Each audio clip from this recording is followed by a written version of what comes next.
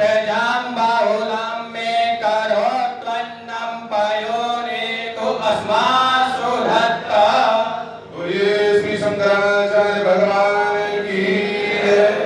अब मैं नागा श्री नरसिंहदास जी महाराज जो हमारे कामदगिरी ट्रस्ट के कोषाध्यक्ष और श्री मदन गोपाल दास जी से निवेदन करूंगा कि पूज्य शंकराचार्य भगवान के श्री चरणों में पुष्पमाला अर्पित करें।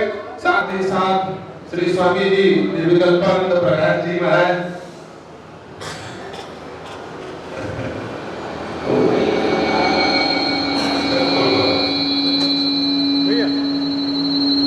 आगे के मंच के संचालन के लिए ऋषिकेश ब्रह्मचारी जी उस संगोष्ठी का जो अपना सूत्र है सूत्रपात करने के लिए हम 2 मिनट के लिए माइक समर्पित करेंगे। महाराज श्री के चरणों में एक निवेदन है कि जैसे भगवान श्री राम की तपस्थली चित्रकूट और भगवान श्री राम की जन्मस्थली अयोध्या, जिस प्रकार से अयोध्या राम जन्मभूमि में भव्य दिव्य नव्य श्री राम मंदिर का निर्माण प्रारंभ है।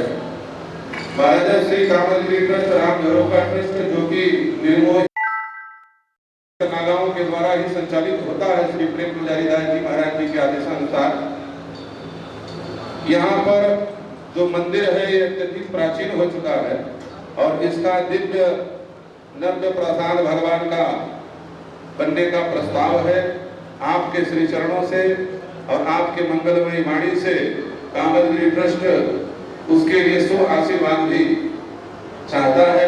कृपा पूर्वक आप अपने वक्तव्य में ऐसा शुभ आशीर्वाद प्रदान करें, ऐसी कामना कामदगिरी ट्रस्ट के समस्त ट्रस्टीगण वर्तमान पीठाधीश्वर सब लोगों की है।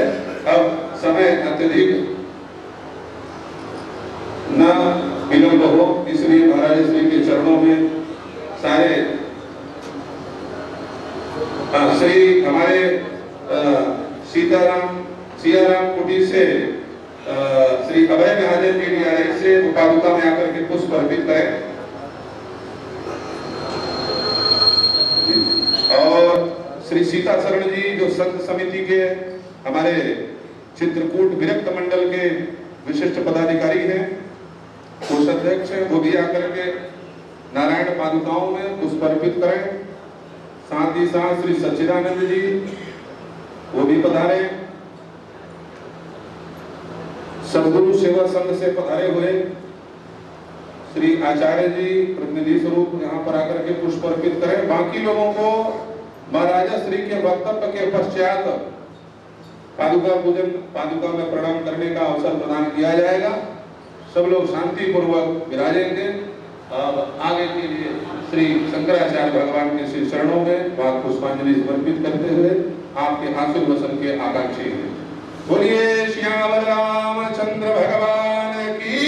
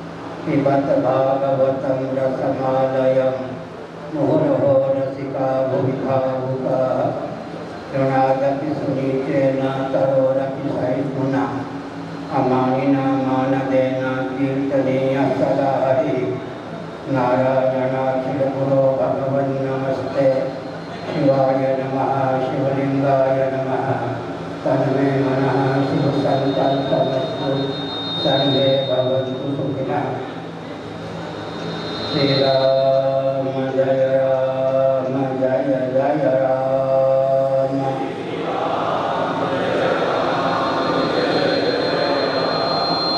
श्री राम जय राम जय जय राम।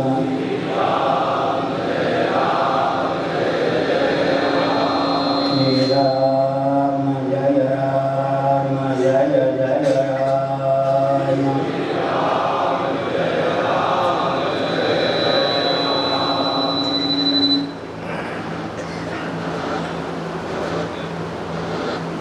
समुपस्थित समादरणीय संत, आपकी आस्था की सराहना है,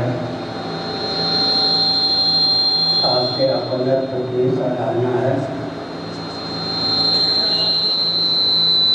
कार्यक्रम में सहभागिता की सराहना है।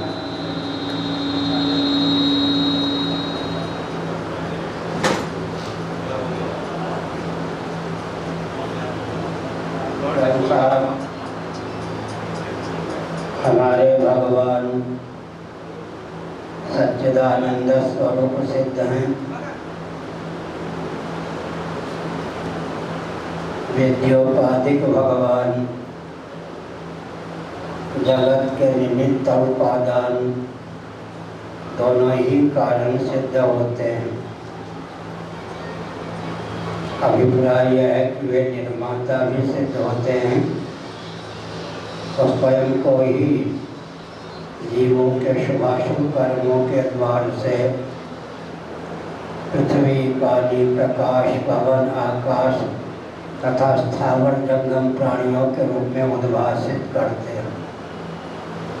इसी का नाम जीवार्था सृष्टि है, लेकिन साकेत, वैकुंठ इत्यादि में आत्मार्था सृष्टि मान्य है। श्रीपाद विभूति महानारायणोपनिषद के अनुसार भगवान ही सर्व रूपों में अभिव्यक्त हैं।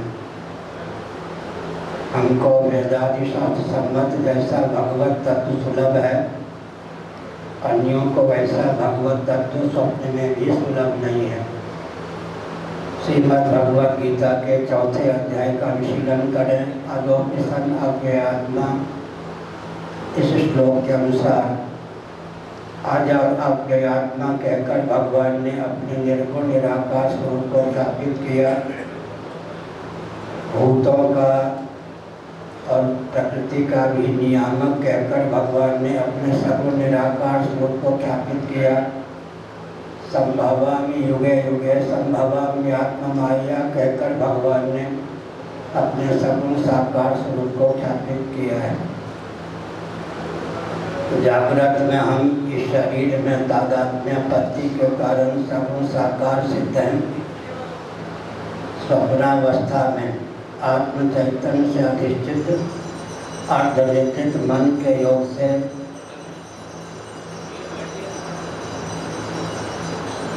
शरीर प्राप्त करते हैं। इस शरीर में तादात्म्यपत्ति को लेकर सगुण साकार सिद्ध होते हैं। सुषुप्ति अर्थात गाढ़ी नींद में हम सगुण निराकार सिद्ध होते हैं। निरुपाधिक धरातल पर निर्गुण निराकार सिद्ध होते हैं। जब हम भी निर्गुण निराकार होते हुए सगुण निराकार हैं, सगुण निराकार होते हुए सगुण साकार हैं, हमारे भगवान कमनीय वर्णी परमात्मा भी तीनों रूपों में उपास्य सिद्ध हैं। वे जगत बनते भी हैं, जगत बनाते भी हैं, लेकिन वैकुंठादि को आत्मार्था सृष्टि के रूप में स्थान दिया गया है। ब्रह्मांड परम ब्रह्म ब्रह्माग्नौ ब्रह्मणाहुतम, इस सिद्धांत के अनुसार क्रियाकारक फल तीनों रूपों में भगवत तत्व ही उल्लसित है, बिना अविद्या के द्वार के। इतना मैंने संकेत में कहा। अब आप महान भाव रसिक हैं, भगवान के भक्त हैं, भगवत चरणों में प्रीति आस्था से समन्वित हैं। भगवत तत्व को लेकर, धर्म को लेकर या राष्ट्र को लेकर जो भी प्रश्न आप करना चाहें कर सकते हैं। नारायण।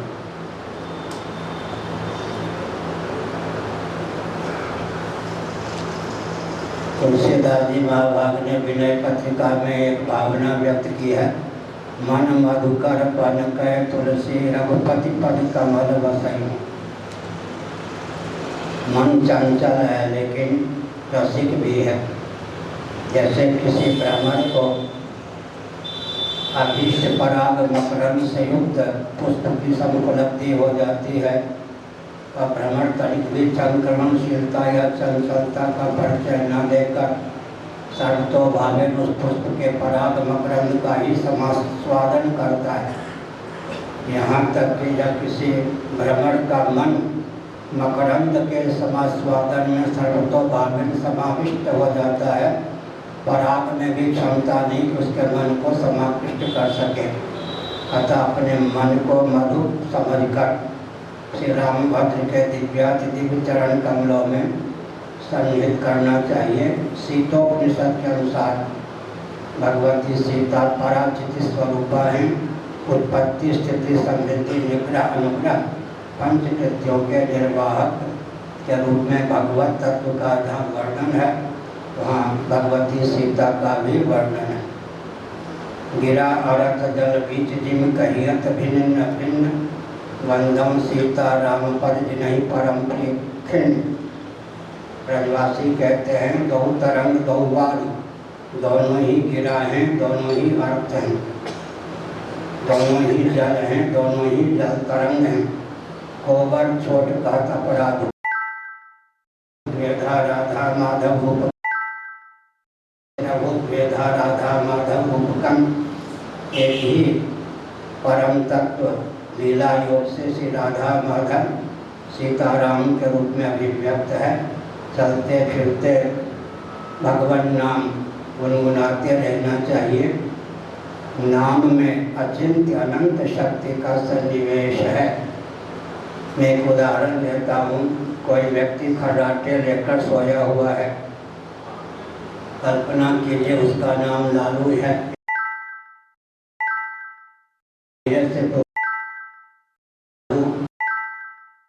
होता है कि जब कोई व्यक्ति खर्राटे लेकर सोया होता है, उसका नाम लेकर उसे पुकारा जाता है, तो क्या वह अपना नाम सुनने के बाद जगता है या जगने के बाद नाम सुनता है? अगर नाम सुनने के बाद जगता है तो सोया हुआ सिद्ध नहीं होता, और जगने के बाद नाम सुनता है तो नाम जगाने वाला सिद्ध नहीं होता। लालू कालू जैसे लौकिक नाम में भी अचिंत्य शक्ति का सन्निवेश है। फिर क्या कहना, वेदादि शास्त्र सम्मत श्री राम कृष्ण इत्यादि जो भगवान के नाम हैं उनमें अचिंत्य शक्ति का सन्निवेश हो। गोस्वामी तुलसीदास जी महाराज ने निगमागम का मंथन करके भगवान नाम के महात्म्य को ख्यापित किया। 3 स्तर है नाम लेने की विधा, 3 प्रकार की है। भवसागर में था पाना चाहे तो भगवान नाम का आलम्बन लें, भवसागर के पार जाना चाहे तो भगवान नाम का आलम्बन लें, और नाम ले तो भव सिंधु सुखा ही। भव सिंधु को पूर्ण रूप से आनंद सिंधु के रूप में उल्लसित करना चाहे तो भगवान का नाम लें। नाम तो भगवान का है, लेकिन स्तर 3 है। नाम लेने की विधा में भेद है। भगवान नाम के बल पर भवसागर में था भी पा सकते हैं, भवसागर का था पा सकते हैं, भवसागर के पार जा सकते हैं, और भवसागर सूख भी सकता है। अंत में मैं संकेत करता हूँ, भाषा में भेद है। श्री वैष्णव लोग, वैष्णव महानुभाव कहते हैं आनंद सिंधु में भव सिंधु की भावना हो गई। सदा तद्भाव भाविता, गीता में भगवान का वचन है। अक्षर वेदांती कह देते हैं आनंद सिंधु में भव सिंधु का भ्रम हो गया है। कहने की शैली में भेद है ना, अर्थ में तो कोई भेद नहीं है। आनंद सिंधु में भव सिंधु की भावना हो गई है। भक्ति प्रस्थान की सीमा में हम यही कहते हैं, आनंद सिंधु में भव सिंधु का भ्रम हो गया है। वेदांता प्रस्थान में यह कहते हैं, साहित्यिक भाषा बहुत ललित है, आनंद सिंधु में भव सिंधु की भावना हो गई है, सदा तद्भाव भावता। अब आप मान भाव, धर्म, अध्यात्म, राष्ट्र संबंध जो भी प्रश्न करना चाहें बड़े चाव भाव से कर सकते हैं।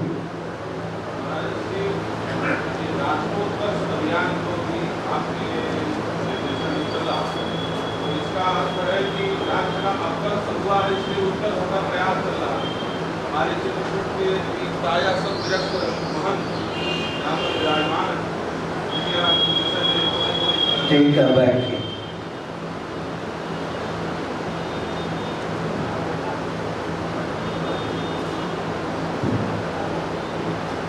फल फल कल्प है अर्थात पत्ति प्रमाण से सिद्ध है। राष्ट्र का अपकर्ष हुआ है। व्यासपीठ दिशाहीन न हो, व्यासपीठ पर समासीन महानुभाव दिशाहीन न हो, अपने दायित्व को समझकर उसका अनुपालन करें। शासन तंत्र दिशाहीन न हो, अपने दायित्व को समझकर उसका अनुपालन करें। और दोनों में सैद्धांतिक सामंजस्य हो तब राष्ट्र का उत्कर्ष होता है। ऋग्वेद में राष्ट्र शब्द का प्रयोग लोक और परलोक दोनों के लिए हो, इसलिए राष्ट्र शब्द बहुत व्यापक है। एक संकेत करते हैं, आजकल पर्यावरण शब्द बहुत व्यापक है, परिशुद्धि के अर्थ में पर्यावरण शब्द का प्रयोग होता है। परिशुद्धि, विकास की चर्चा भी बहुत है। परिशुद्धि का ध्यान रखते हुए विकास, परिशुद्धि तथा विकास का ध्यान रखते हुए राजनीति की परिभाषा होनी चाहिए। पृथ्वी, पानी, प्रकाश और पवन आस्तिक, नास्तिक, वैदिक, अवैदिक, उभय सम्मत ऊर्जा के स्रोत हैं। ये विकास के नाम पर अत्यंत कुपित क्षुब्ध हो गए हैं। इतने क्षुब्ध हो गए हैं कि चंद्रमा की सतह भी कई मीटर धंस गई। विकास के गर्भ से विनाश निकल रहा है। इसलिए भोग और मोक्ष के अविरुद्ध और अनुकूल वस्तु तथा व्यक्तिगत भावना का नाम विकास। राजनीति की परिभाषा क्या हो सकती है? सुसंस्कृत, सुशिक्षित, सुरक्षित, संपन्न, सेवापरायण, स्वस्थ, सभ्यताप्रद व्यक्ति और समाज की संरचना। फिर से सुनिए, सुसंस्कृत, सुशिक्षित, सुरक्षित, संपन्न, सेवापरायण, स्वस्थ, सभ्यताप्रद व्यक्ति और समाज की संरचना वेदांत शास्त्र सम्मत राजनीति की परिभाषा सिद्ध है। महाभारत, मत्स्य पुराण आदि का अनुशीलन करें। राजनीति, दंड नीति, अर्थ नीति, शास्त्र, धर्म, ये सब पर्यायवाचक शब्द हैं। राजनीति, राजधर्म, शास्त्र नीति, दंड नीति, अर्थ नीति, ये पांचों पर्यायवाचक शब्द हैं। इसलिए अभी संविधान भी हमको अपनी संस्कृति के अनुसार सुलभ नहीं है। और व्यावहारिक धरातल पर इंग्लैंड की दास्ता आज भी हमको प्राप्त है। राज्य संचालन की विधा भी ठीक नहीं है।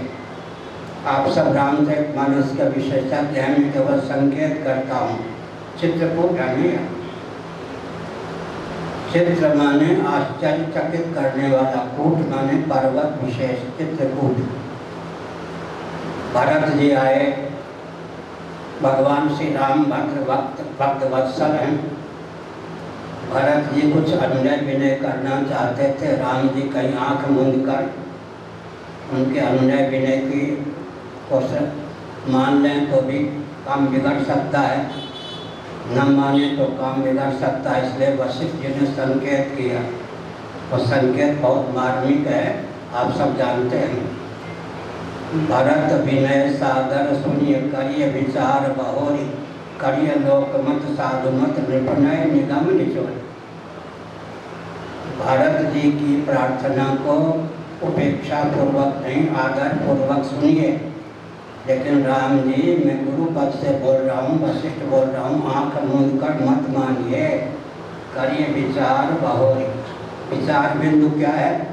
राजमत, लोकमत, शास्त्रमत, साधुमत के अविरुद्ध और अनुकूल आपका निर्णय होना चाहिए। राजमत, लोकमत, शास्त्रमत, साधुमत, भक्तमत, पांचों में जो सामंजस्य साध कर काम करते हैं उनको मुँह खाने की आवश्यकता नहीं होती, मुँह नहीं खाते।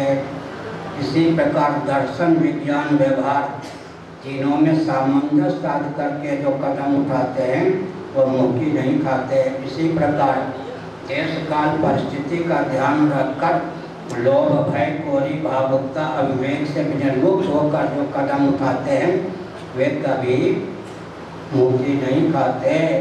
हम एक संकेत करते हैं।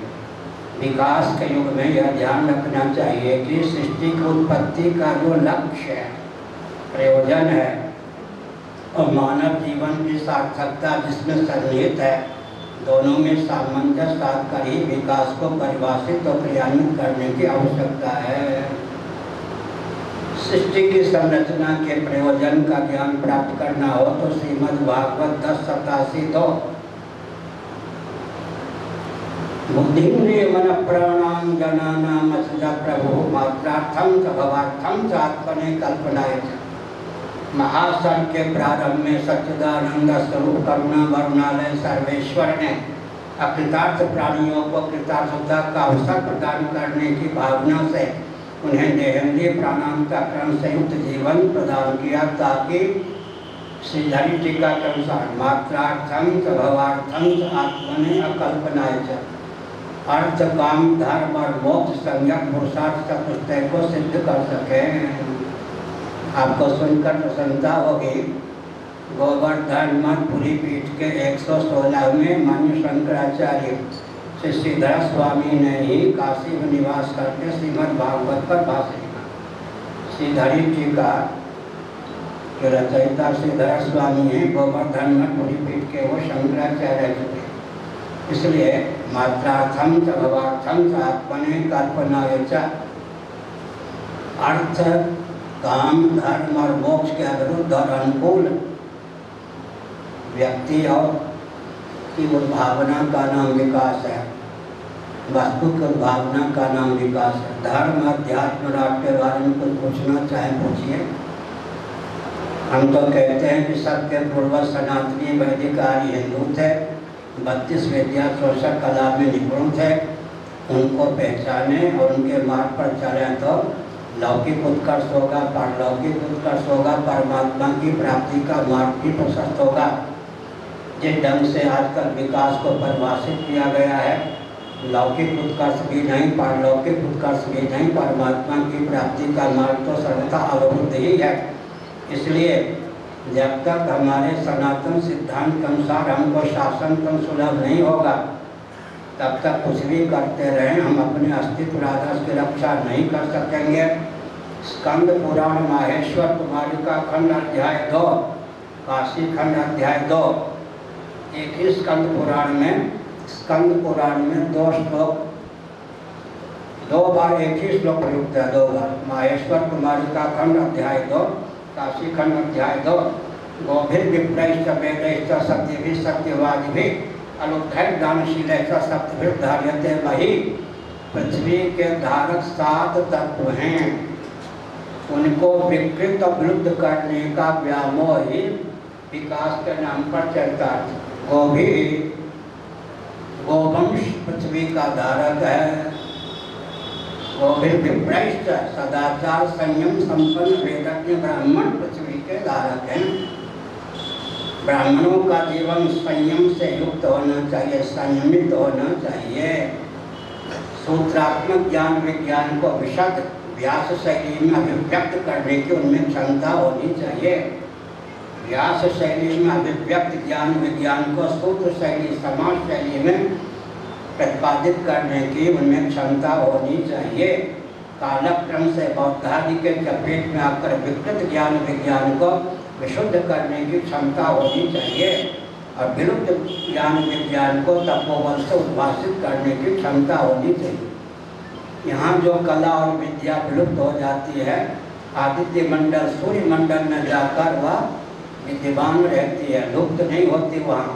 इसलिए हमारे जो पूर्वज थे मर्त्य लोक में जिस विद्या और कला का विलोप को देखते थे, उसकी पुनः उद्भावना के लिए आदित्य भगवान सूर्य की उपासना करके, जो कि सर्वजीव घनात्मक सर्वदेव घनात्मक हिरण्यगर्भ संज्ञक हैं आदित्य सूर्य, आत्मस्वरूप में परमात्मी हैं, उनके अनुग्रह से विलुप्त या विकृत ज्ञान विज्ञान को विशुद्ध करने की क्षमता, उद्भाषित करने की क्षमता संतों में होती थी। हमने संकेत दिया। धर्म अध्यात्म राष्ट्र से संबद्ध कोई प्रश्न हो, बड़े चाव भाव से पूछ सकते हैं। पूछिए।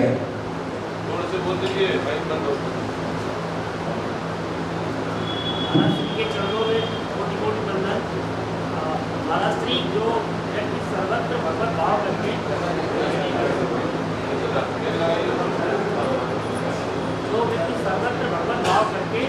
अपने कर्तव्य कर्म को सेवा भाव से करे, उसके लिए ज्ञान कर्माद जनावृतम, मतलब जो भक्ति है वो ज्ञान और कर्म से भक्ति नहीं होनी चाहिए। इसका क्या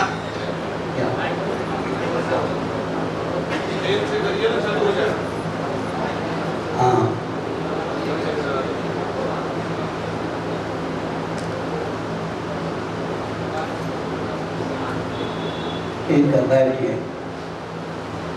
ये तो सर्वाणि कर्माणि मयि संन्यस्य मत्परा अनन्य नैव योगेन मां ध्यायन्तु उपासते तेषामहं समुद्धर्ता मृत्यु संसार सागरात् भवाम्यचिरात् पार्थ मय्यावेशित चेतसाम्। जो संपूर्ण कर्मों को मुझे भगवान में समर्पित करके करते हैं, उन पे मैं अनुग्रह करता हूँ और उनको भवसागर से मुक्त करने के लिए जो ज्ञान विज्ञान चाहिए उनके हृदय में उल्लसित कर देता हूँ।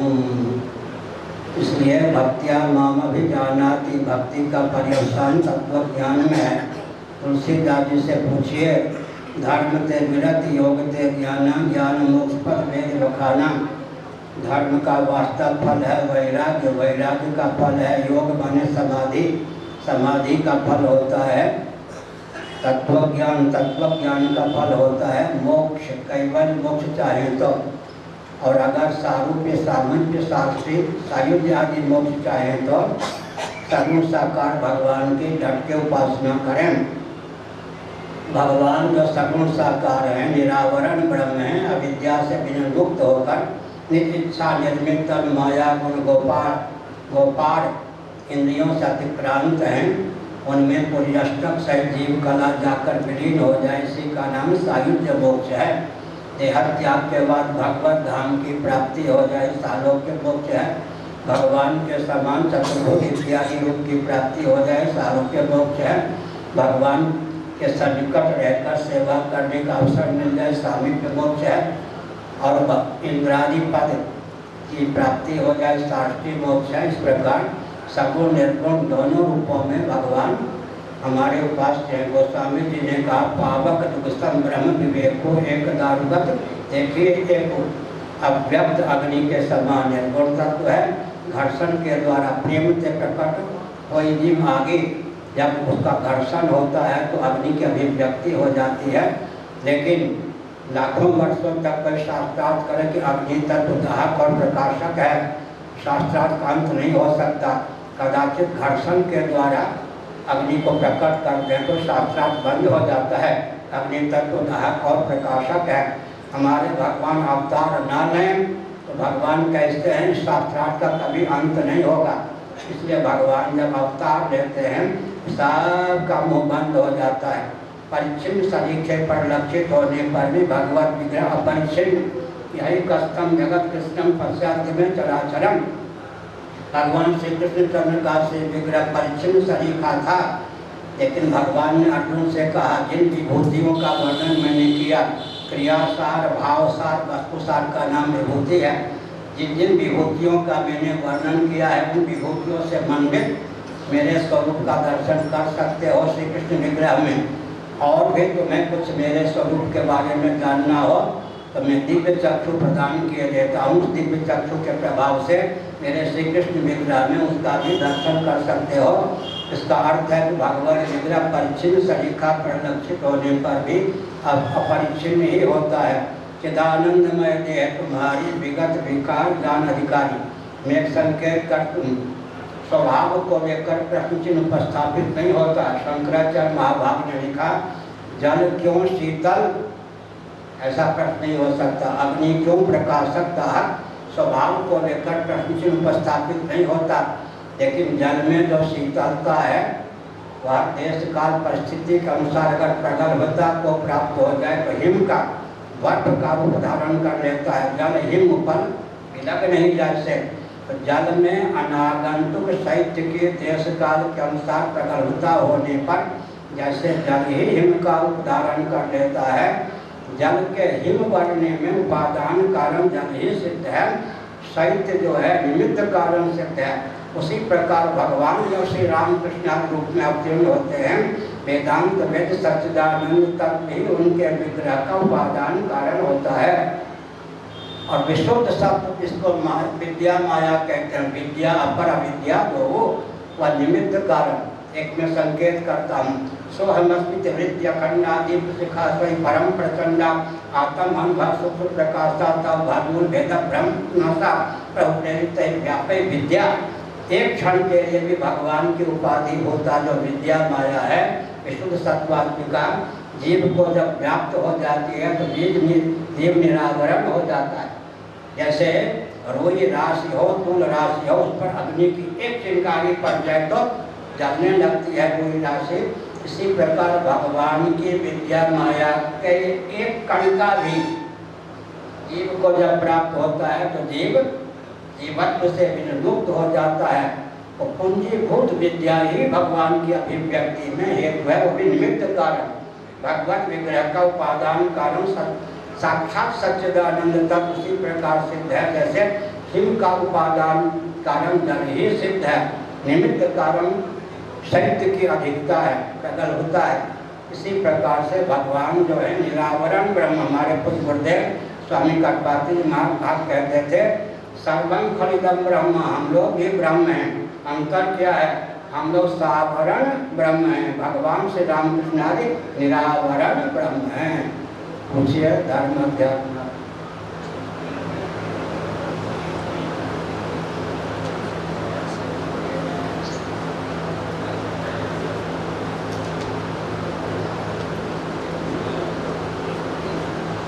हाँ पूछा जहाँ जैसे कोई नाम मिला है, लोग में वृद्धि जैसी आप नाम बता दिए होंगे, और अगर गलती से हमने किसी को बता दिया हो तो क्या अपराध बन गया?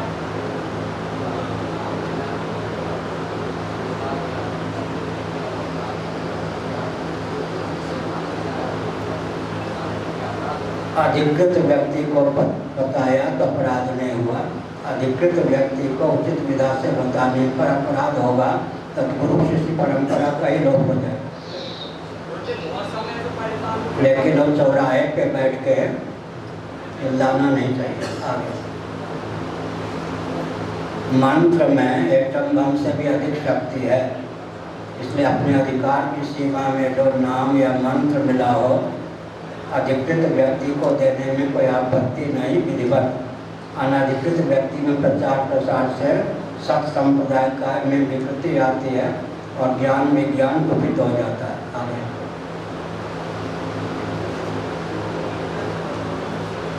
और कोई प्रश्न?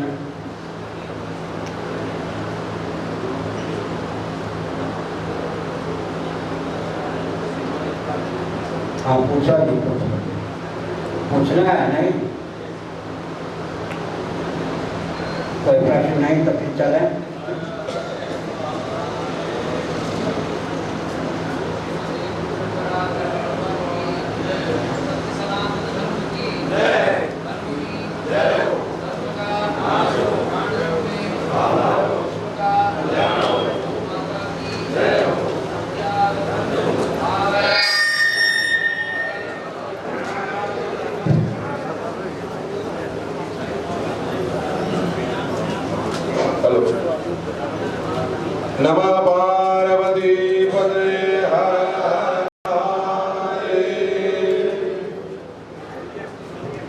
कल शाम को रघुवीर मंदिर क्षेत्र में धर्म सभा होगी। महाराजा श्री का धर्मोपदेश धर्मादेश वहां पर सब लोग श्रवण करने के लिए पधारेंगे।